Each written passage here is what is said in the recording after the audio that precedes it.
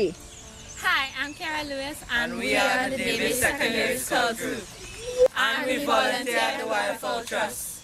live in Trinidad and Tobago, which is on the flyway for migratory birds. Today, one of the birds we observed was the osprey. 3. We were able to observe and document 3 migratory birds. The species we saw today were the spotted sandpiper, the magnificent frigate, and the osprey.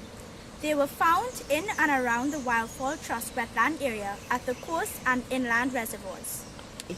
The birds were seen feeding, playing, and perched in the surrounding trees of the wetland areas. These man-made reservoirs serve as a safe and remote resting point for these migratory birds, safe from predation. After a long journey, these magnificent birds face many challenges. By building awareness, we can promote wildlife conservation and stop people from hunting these birds.